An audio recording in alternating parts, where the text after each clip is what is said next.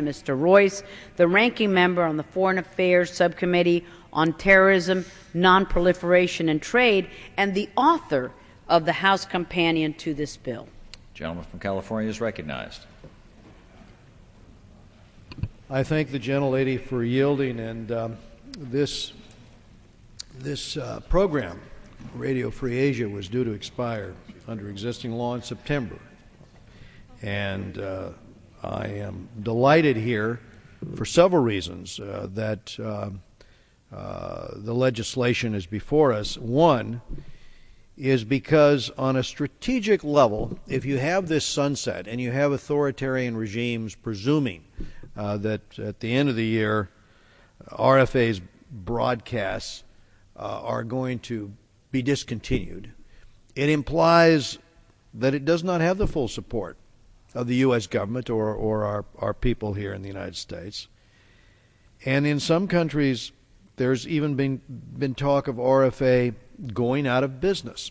This sends the message that that just isn't so, because now RFA will permanently be in business. And from a practical standpoint, what does that mean if you're running a station? It means that you've got the ability now to contract effectively in long-range leases.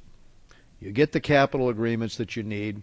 You're better able, less expensively, to run these operations.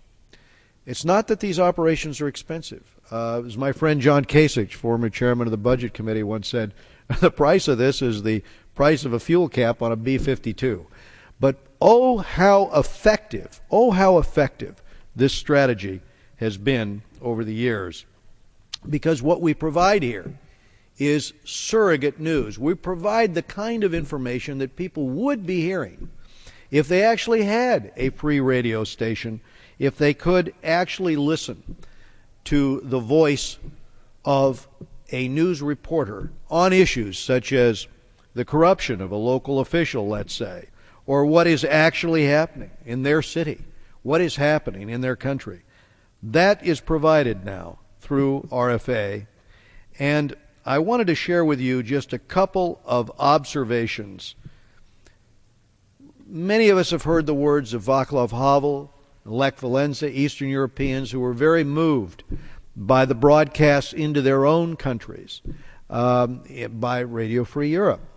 And whether it's a crackdown on workers at a local factory or news and information about ideas like tolerance, political pluralism, the fact is these messages were heard. And I remember in the former Yugoslavia talking to a Croatian journalist who had tears in his eyes, and he said there was one country in Eastern Europe where we did not broadcast with Radio Free Europe. That was Yugoslavia. And as a result, he told me, we watched what happened in Czechoslovakia as Václav Havel was able to do a plebiscite, and the Czech Republic went one way and Slovakia went the other, and the reason he was crying was because he said not one human life was lost in that, and Václav Havel had said he had listened to those broadcasts about the importance of political pluralism and self-determination and tolerance, whereas he, as a Croatian, was listening to Croatian hate radio and Serbian hate radio, and indeed hate radio from every single ethnic group in that country. And during his time as a reporter covering those wars, he watched the war with Slovenia spin out of control, and then Croatia and Bosnia and the the Kosovo war. He watched each of these tragedies with their tens of thousands of human lives lost, and he said to me something I'll never forget: if only we had had the broadcasts here to better prepare us for what was to come. That is why this work is so important, and today we do this work in Burma. We do this work in North Korea, in Vietnam, and in China, in all the major dialects. And many of these governments actively work, of course, to try to block RFA transmissions and information into their society. But still the information manages to get in. Maybe not into the main cities at times, but into the rural areas and into the suburban areas. And frankly, Freedom House, which ranks all of these countries not free, attests to the ability of this information to get through. As one observer has noted, this type of broadcasting irritates authoritarian regimes, inspires Democrats, and creates greater space for civil society. So it's no wonder that China attempts to block RFA transmissions, or that Vietnam has heavily jammed the station since its first day. But RFA has been chipping away at authoritarian regimes, and I'll just mention Kim Jong-il and his grip on information in North Korea. I mention it because Congresswoman Diane Watson and I went into North Korea, and according to experts today, that grip is not as strong as it once was, and this is one of the reasons. The information cordon that once encircled North Korea, I'm going to quote this observer, is now in tatters as information is getting in.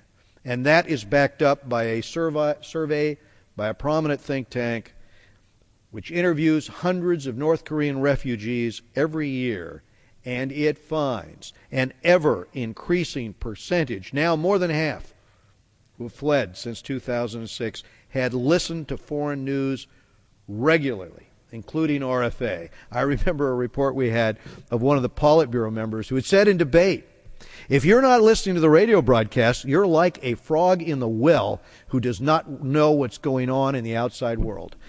And so, the harsher the regime, the more the attempt to control information, the more diligent we find our reporters and stringers are at RFA in trying to counter the propaganda that comes from the state.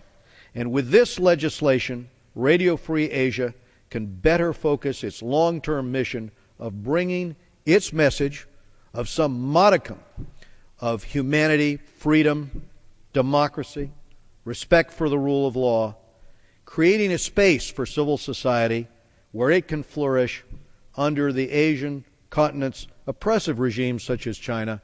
And I think if we continue this good effort, and I've listened in and participated in some of the broadcasts into China, we have a tremendous opportunity to reach a young generation of people who are in desperate need of another side of the story.